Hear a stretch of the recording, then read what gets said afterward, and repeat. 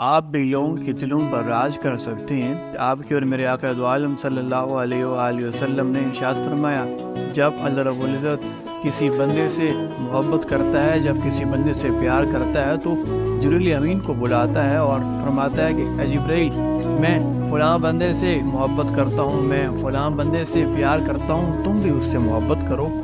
تو پھر جبریل امین بھی اس سے محبت کرتا ہے۔